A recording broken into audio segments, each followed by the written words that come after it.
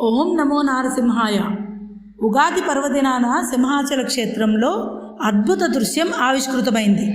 ప్రత్యక్ష దైవమైన సూర్యనారాయణ సంధ్యాకిరణాలు సింహాద్రినాథుని మూల విరాట్ని తాకాయి. అస్తమయానికి కొన్ని నిమిషాల ముందు సూర్యకిరణాలు గాలిగోపురం, ధ్వజస్తంభం, వెండి వాకిలి, ఆస్థాన మండపం, నీలాద్రి గుమ్మం దాటుకుని చందనాచ్ఛాదితుడైన సింహాచలేసిన మూలవరుణ్ణి తాకాయి. ఈ అద్భుతాన్ని కనులారా వీక్షించిన భక్తులు గోవిందనామస్మరణ చేశారు. భారతీయ సనాతన దేవాలయ నిర్మాణంలో ఏడాదిలో ఏదో ఒక సమయంలో సూర్యకిరణాల ఆలయంలో ప్రవేశించేలా రూపొందించడం ఒక అద్భుతమనే చెప్పాలి. ప్రతి ఏటా ఉగాది పర్వదినాన్ని ఈ ఘట్టం సింహాచలంలో జరుగుతుంది.